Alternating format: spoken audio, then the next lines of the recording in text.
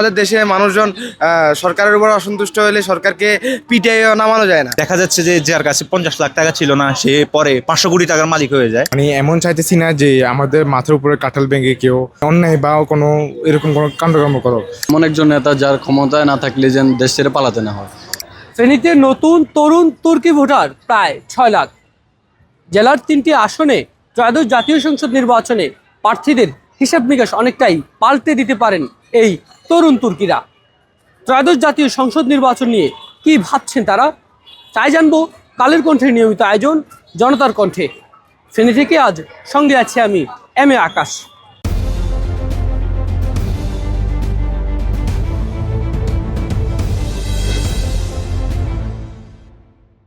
উন্নত বিশ্বে আমরা দেখি যখন সরকার ভুল কোনো পদক্ষেপ নেয় তখন সে জনগণের কাছে ক্ষমা চেয়ে ক্ষমতা থেকে অবসর নিয়ে নেয়।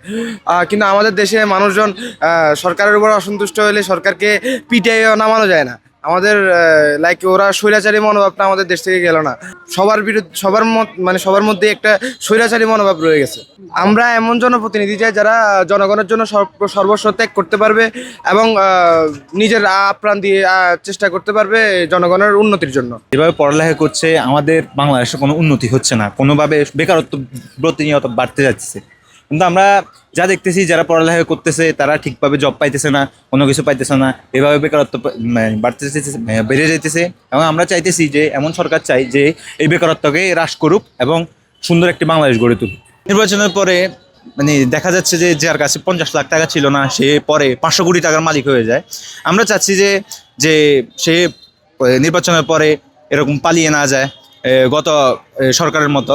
আমরা চাই সে জনপ্রতিনিধির মতো স্থায়ীভাবে থাকুক, আমাদের পাশে থাকুক, আমরা যেন তাকে বিশ্বাস করতে পারি এবং এই বাংলাদেশটিকে সুন্দরভাবে গড়ে তুলুক।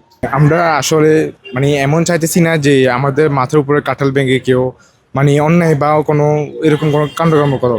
তো এখন আমাদের মূল বিষয় হচ্ছে যে এমন একজনকে আমরা নির্বাচিত করতে চাই যে কিনা আমাদের ওই যে জনগণের সাথে দাঁড়িয়ে জনগণের কাতারে দাঁড়িয়ে জনগণের সাথে একই অন্যায়ের বিরুদ্ধে প্রতিবাদ করব।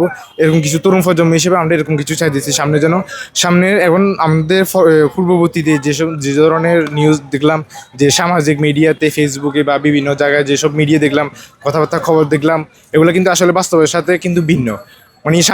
সামাজিক যোগাযোগে একরকম কথাবার্তা খবর নিউজ হচ্ছে, কিন্তু বাস্তবে আসলে সম্পূর্ণ ভিন্ন, এর বিপরীত হচ্ছে। এবং আমরা এই হিসাবে আমরা তরুণ প্রজন্মে যারা নতুন ভোটার তার ওই হিসাবে আমি বলতে চাচ্ছি যে এই ধরনের কোনো কর্মকাণ্ড যেন সামনে না হয় এবং সামনের দিনগুলো যেন আরও সুন্দরভাবে গুছালো হয় এবং একটা নিয়মকানুনের মধ্যে বৈধভাবে হয়। এটাই আমাদের তরুণ প্রজন্ম হিসেবে একটা প্রতিবাদ জোরালো দাবি।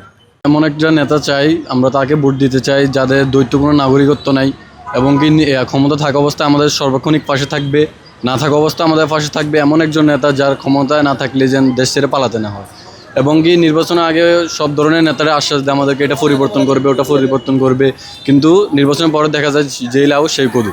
এখন আমরা এরকম নেতা চাই যারা আমাদেরকে আশ্বাস দিবে এবং কি আশ্বাস অনুযায়ী কথাটা রাখবে। আমরা এখন বর্তমান উন্নত বিশ্বের চেয়ে অনেক পিছিয়ে, তারা যেন আমাদেরকে বর্তমান বিশ্বের সাথে তাল মিলিয়ে চলার জন্য ঐক্যবদ্ধ করে, এতটুকুই চাই আমরা।